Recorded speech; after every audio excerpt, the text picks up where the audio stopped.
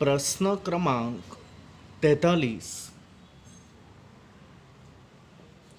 એ વર્તુળ સંબંધિત ક્ષેત્રફળના પ્રકરણનો દાખલો છે.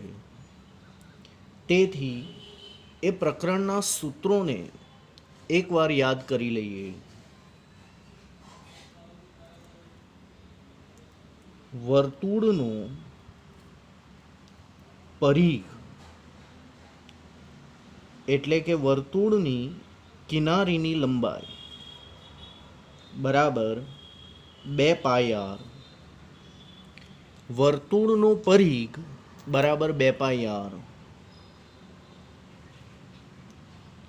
વર્તુળનું ક્ષેત્રફળ એટલે કે વર્તુળે સપાટી પર રોકેલી જગ્યા. વર્તુળનું ક્ષેત્રફળ બરાબર પાઈ આરનું વર્ગ. વર્તુળનું ક્ષેત્રફળ બરાબર પાઈ આરનું વર્ગ. અર્ધવર્તુળનું ક્ષેત્રફળ બરાબર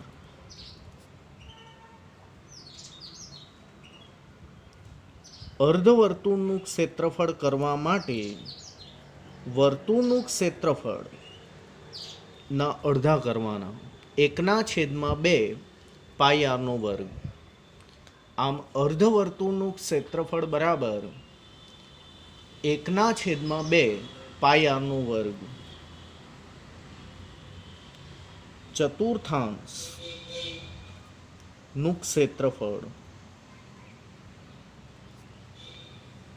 એટલે કે વર્તુળના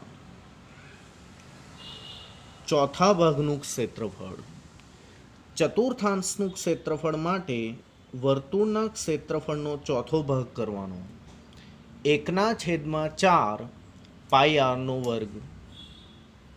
આમ ચતુર્થાંશનું ક્ષેત્રફળ બરાબર 1/4 પાઈ આરનો વર્ગ. વર્તુળનો પરિઘ, વર્તુળનું ક્ષેત્રફળ, અર્ધવર્તુળનું ક્ષેત્રફળ, ચતુર્થાંશનું ક્ષેત્રફળ. નંબર 5 લઘુ વૃત્તાંશનો ખૂણો થીટા. લઘુ વૃત્તાંશ નો ખૂણો થીટા માટે નંબર 6 ગુરુ વૃત્તાંશનો ખૂણો બરાબર વર્તુળના કુલ અંશ 360 હોય છે. એમાંથી આ થીટા કાઢી નાખવામાં આવે તો તમને ગુરુ વૃત્તાંશનો ખૂણો પ્રાપ્ત થાય. 360 માઇનસ થીટા.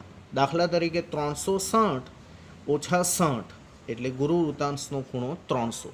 એ રીતે લઘુ વૃત્તાંશનો ખૂણો થીટા, ગુરુ વૃત્તાંશનો ખૂણો 360 માઇનસ થીટા. લઘુ વૃત્તાંશનો ખૂણો થીટા અને ગુરુ વૃત્તાંશનો ખૂણો બરાબર 360 માઇનસ થીટા. નંબર 7 લઘુ વૃત્તાંશનું ક્ષેત્રફળ. લઘુ વૃત્તાંશનું ક્ષેત્રફળ બરાબર થીટાના છેદમાં 360 ગુણ્યા પાઈ આરનો વર્ગ. આ સૂત્ર તમારે ખાસ મોઢે કરવાનું છે. લઘુ વૃત્તાંશનું ક્ષેત્રફળ બરાબર થીટાના છેદમાં 360 ગુણ્યા પાઈ આરનો વર્ગ. ગુરુ વૃત્તાંશનું ક્ષેત્રફળ જો તમારે જોઈતું હોય તો વર્તુળના ક્ષેત્રફળ પાઈ આરના વર્ગમાંથી આ લઘુ વૃત્તાંશનું ક્ષેત્રફળ કાઢી નાખવાનું.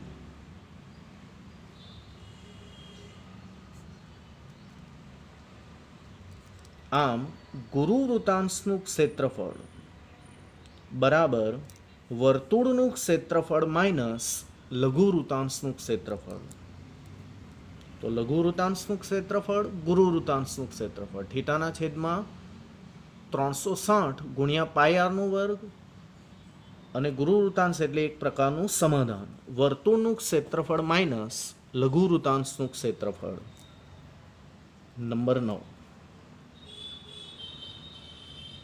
લઘુચાપની લંબાઈ. થીટાના છેદમાં 360 ગુણ્યા 2 પાઈ આર. લઘુચાપની લંબાઈ, દાખલા તરીકે આટલી લંબાઈ. લઘુચાપની લંબાઈ બરાબર થીટાના છેદમાં 360 ગુણ્યા 2 પાઈ આર. અહીંયા ક્ષેત્રફળ હતું એટલે પાઈ આરનો વર્ગ, અહીંયા ચાપની લંબાઈ એટલે 2 પાઈ આર. થીટાના છેદમાં 360 ગુણ્યા 2 પાઈ આર. હવે સમાધાન. લઘુચાપની લંબાઈ. હવે આપણને જો આ ગુરુચાપની લંબાઈ જોઈતી હોય તો શું કરવાનું? ગુરુચાપની લંબાઈ બરાબર વર્તુળનો પરિઘ એટલે કે 2 પાઈ આર આખી લંબાઈ માંથી લઘુચાપની લંબાઈ તમારે કાઢી નાખવાની. વર્તુળના પરિઘમાંથી લઘુચાપની લંબાઈ તમારે કાઢી નાખવાની. 2 સૂત્ર: લઘુચાપની લંબાઈ, ગુરુચાપની લંબાઈ. લઘુચાપની લંબાઈનું સૂત્ર તમારે મોડે કરવું પડશે. થીટાના છેદમાં 360 ગુણ્યા 2 પાઈ આર અને ગુરુચાપની લંબાઈ એટલે એક પ્રકારનું સમાધાન. વર્તુળનો પરિઘ માઇનસ લઘુચાપની લંબાઈ.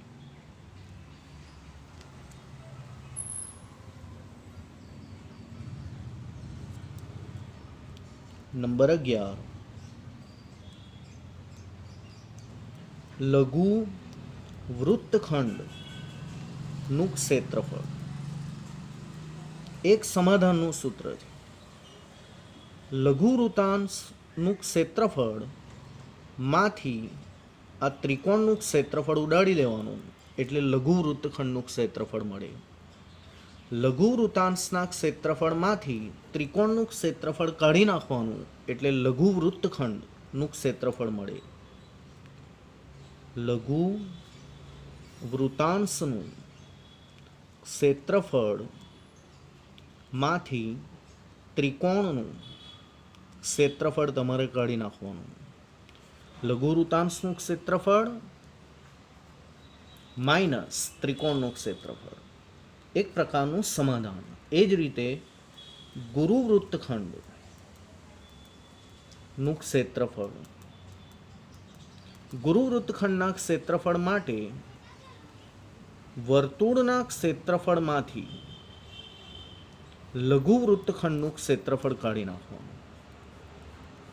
ગુરુ વૃત્તખંડનું ક્ષેત્રફળ માટે વર્તુળના ક્ષેત્રફળમાંથી લઘુ વૃત્તખંડનું ક્ષેત્રફળ કાઢી નાખવાનું. વર્તુળનું ક્ષેત્રફળ માઇનસ લઘુ વૃત્તખંડનું ક્ષેત્રફળ. મેં બધા જ સૂત્રો તમને બેની જોડીમાં ચલાવ્યા છે. વર્તુળનો પરિઘ, વર્તુળનું ક્ષેત્રફળ, અર્ધવર્તુળનું ક્ષેત્રફળ, ચતુર્થાંશનું ક્ષેત્રફળ, પછી બેની જોડીમાં 5 થી લઈને 12 સુધી છે. આવી રીતે લઘુ વૃત્તાંશનો ખૂણો, ગુરુ વૃત્તાંશનો ખૂણો, લઘુ વૃત્તાંશનું ક્ષેત્રફળ, ગુરુ વૃત્તાંશનું ક્ષેત્રફળ, લઘુચાપની લંબાઈ, ગુરુચાપની લંબાઈ, લઘુ વૃત્તખંડનું ક્ષેત્રફળ, ગુરુ વૃત્તખંડનું ક્ષેત્રફળ. આ પ્રકરણના દાખલા જો આપણને સૂત્ર આવડે તો આવડી જાય એવા દાખલા છે. કરીએ 43મો દાખલો.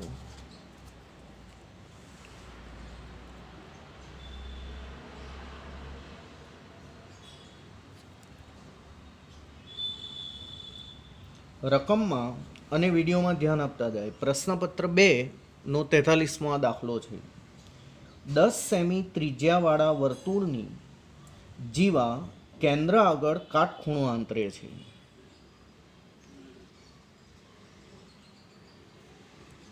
દસ સેમી ત્રિજ્યાવાળો વર્તુળ કે જેની ત્રિજ્યા 10 સેમી છે. દાખલા તરીકે OA અને OB વાળા વર્તુળની જીવા કેન્દ્ર આગળ કાટખૂણો આંતરે છે, એટલે કે 90 અંશ આંતરે છે. આવી સૂચના આપેલી છે. તો લઘુ વૃત્તખંડ એટલે કે આ ભાગ અને ગુરુ વૃતાંશ એટલે કે આટલો ભાગ એટલે કે આ ભાગનું ક્ષેત્રફળ તમારે શોધવાનું છે. અને જરૂર જણાય તો પાઈની કિંમત 3.14 લેજો. એક શોધવાનું છે લઘુ વૃત્તખંડનું ક્ષેત્રફળ અને એક શોધવાનું છે ગુરુ વૃતાંશનું ક્ષેત્રફળ.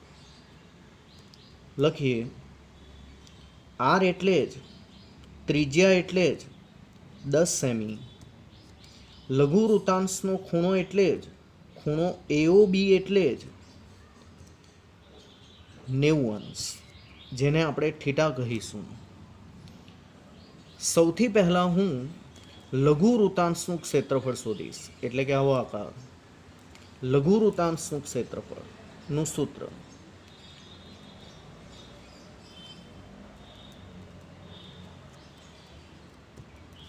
થીટાના છેદમાં 360 ગુણ્યા પાઈ આરનો વર્ગ.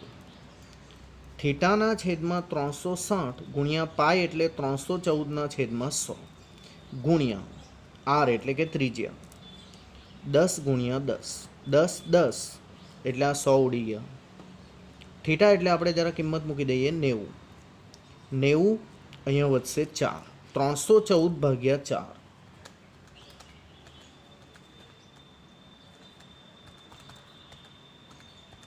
એટલે જવાબ આવશે 78.5 સેમીનો વર્ગ.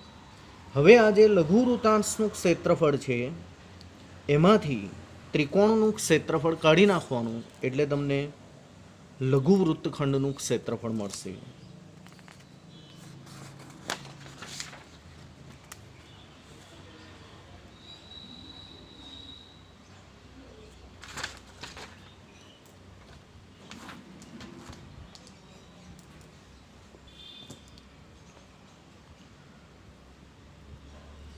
લઘુ વૃત્તખંડનું ક્ષેત્રફળ બરાબર લઘુ વૃતાંશનું ક્ષેત્રફળ માઇનસ ત્રિકોણનું ક્ષેત્રફળ. લઘુ વૃતાંશનું ક્ષેત્રફળમાંથી આ ત્રિકોણનું ક્ષેત્રફળ કાઢી નાખવાનું એટલે લઘુ વૃત્તખંડનું ક્ષેત્રફળ મળે. લઘુ વૃતાંશ કયો? OAPB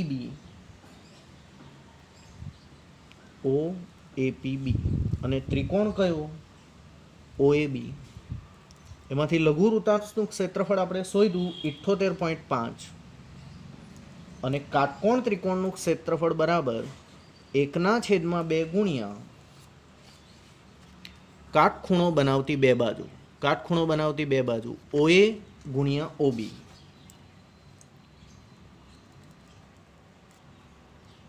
(78.5 ઓછા 1/2 ગુણ્યા 10 ગુણ્યા 10 78.5 ઓછા 10 ગુણ્યા 10 100 ભાગ્યા 2 50 એટલે જવાબ આવ્યો 28.5 સેમીનો વર્ગ. આ એ લોકોએ માંગેલો પહેલો જવાબ છે. લઘુ વૃત્તખંડનું ક્ષેત્રફળ બરાબર 28.5 સેમીનો વર્ગ. એ જ રીતે પાછો એક જવાબ માંગેલો છે ગુરુ વૃતાંશનું ક્ષેત્રફળ એટલે કે આ શોધવાનું છે. એના માટે હું આમ કરીશ, વર્તુળનું ક્ષેત્રફળમાંથી લઘુ વૃતાંશનું ક્ષેત્રફળ કાઢી નાખીશ. વર્તુળના ક્ષેત્રફળમાંથી લઘુ વૃતાંશનું ક્ષેત્રફળ કાઢી નાખવાનું. ગુરુ વૃતાંશ એટલે કે OAQB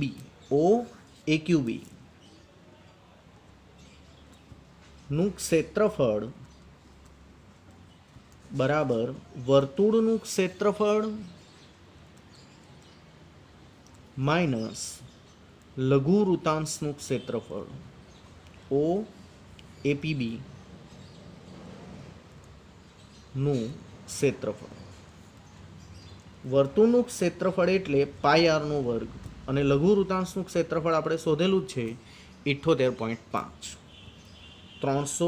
14/100 ગુણ્યા 10/10 ત્રિજ્યા 10 હતી ઓછા 78.5.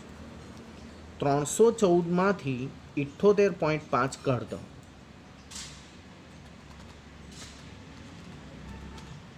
એટલે જવાબ આવશે 235.5. આ જ એ લોકોએ માંગેલો બીજો જવાબ છે, માટે જવાબ લખવાનો ગુરુ વૃત્તાંશનું ક્ષેત્રફળ બરાબર 235.5 સેમીનો વર્ગ. આ થઈ ગયો પ્રશ્ન ક્રમાંક 43.